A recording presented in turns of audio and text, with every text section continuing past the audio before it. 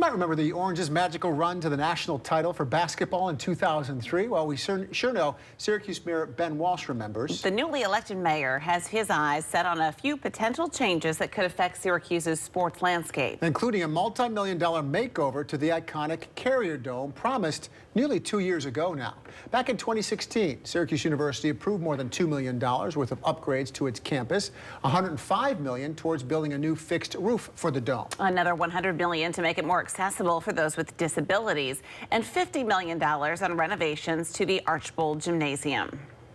While the dome has to go, fans can look to the Minnesota Vikings Stadium to get an idea of what the new roof might look like. The new roof allows for more light in. It would be great in the winter. There'd be no snow or ice buildup on it, if that's the direction they take. New at 11 tonight, our sports director Niko Tamurian sits down with a new mayor.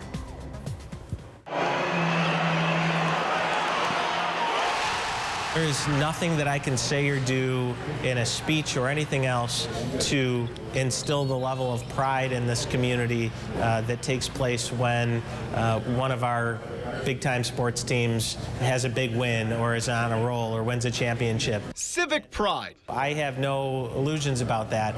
When SU basketball is good, when SU football is good, that's good for the community. Syracuse Mayor Ben Walsh, 2 months on the job, a lifetime immersed in Central New York sports.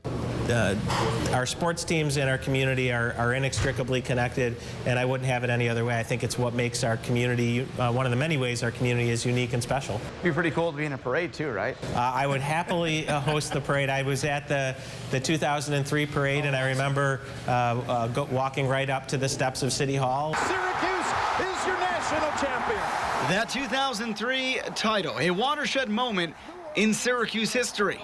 Perhaps the next major moment is on the horizon, with Syracuse's Carrier Dome roof nearing its end. I've said to the chancellor that I want to be supportive of that process. I want to be involved in that process, and ultimately I think I will be. Say, for instance, they propose maybe having a stadium in the city of Syracuse again. That's something you'd be open to talking about? Yeah, I'm always open. I keep an open mind for every project or issue that I'm dealing with.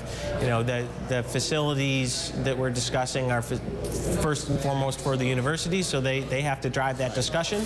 But to the extent that the city's involved, whether it's because the property is going to be off campus or because public subsidies are being requested, those are areas where I'm going to expect to be involved, and even if we don't always completely agree, I'm always going to sit at the table and work with our partners and work towards a compromise. So I'm always open to those discussions. But like I said, I love the dome. I love where it is, and if they can make the necessary improvements to keep it there, I think that's great for everybody. To be clear, though, it's just the dome, and that's all that's going on with that right now. They're their own thing, right? Yeah, I mean, again, I've had conversations with the chancellor. I've told him I'm ready and willing to have conversations when he is, and I trust that that'll happen at the right time. In other words, stay tuned.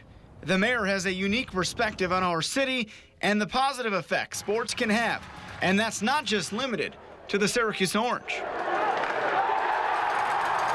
I did see something when the Salty Dogs were here in town. I saw our community respond in a way that we don't always for other sports, and I've always been intrigued by if the right opportunity came along, could we host a professional outdoor soccer team?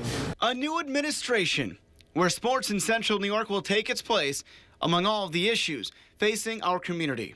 In Syracuse, I'm Niko Tamurian. Interesting to hear his perspective. Yeah, what the future will actually bring for a stadium, whether it's a roof or a new stadium in Syracuse.